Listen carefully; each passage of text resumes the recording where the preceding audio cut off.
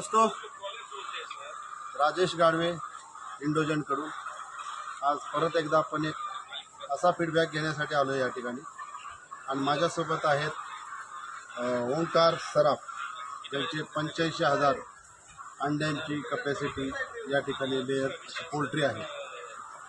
आणि लेअरमध्ये सगळ्यात जास्त जो प्रॉब्लेम दिसत असतो तो म्हणजे अमोनिया आणि त्या अमोनियामुळे होणारे बाकीचे जे प्रॉब्लेम्स असतात. तर आज आम्ही या ठिकाणी लाईव्ह डेमो केलेला आहे आणि तो लाईव्ह डेमो केल्यानंतर किती वेळात फरक पडला ते आपण सराफ साहेबांच्याकडून जाणून घेऊया. सराफ साहेब नमस्कार. नमस्ते गाडी. तर तुम्हाला हे बायोडर्ट आउट आपण एका पंपामध्ये 200 मिली टाकलेलं. 200 मिली टाकल्यानंतर किती वेळात तुम्हाला फवारणी केल्यानंतर तुम्हाला फरक काय जाणवला? इथे तुम्हाला अमोनियाचा स्मेल वरच्या साईडला पण येत होता, पण हे टाकल्यानंतर विदिन 5 मिनिटामध्ये हा स्मेल गायब झाला.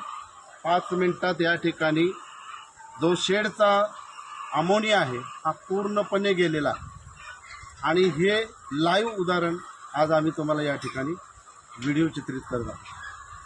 तर याच्याबद्दल तुम्हाला आणखीन काय बोलावं होतं? कारण हे जे आता मी हे आता बघितलं, तुम्ही मला सांगितलं बायो डर्ट आउट, मला पहिले हे खोटं वाटलं. तर सांगायचं आश्चर्यचकित की अमोनिया डिझॉल्व होऊ शकत नाही. पण हे मारल्यानंतर 5 मिनिटाच्या आत तर इथं स्मेलच येत नाही. ही वरती स्मेल यायचा तोही कमी झाला आणि आता इथपर्यंत इथं पण अजिबातच स्मेल येत नाही. इव्हन बसलो जरी आपण ना तरी येत नाही. आपण बसलो इथे तरी अजिबात स्मेल नाही.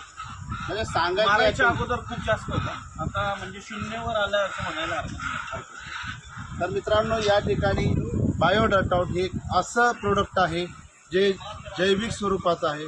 तर माझा प्रत्येक पोल्ट्री फार्मरला सल्ला राहीलच. त्याचबरोबर सराफ साहेब सुद्धा सांगतील की इतर पोल्ट्री फार्मरनी वापरायचं की नाही वापरायचं. मिरॅकल आहे, तुम्ही एकदा वापरून बघा. कारण ॲक्च्युली अमोनिया डिझॉल्व झालेला आहे, स्मेल अजिबातच येत नाही.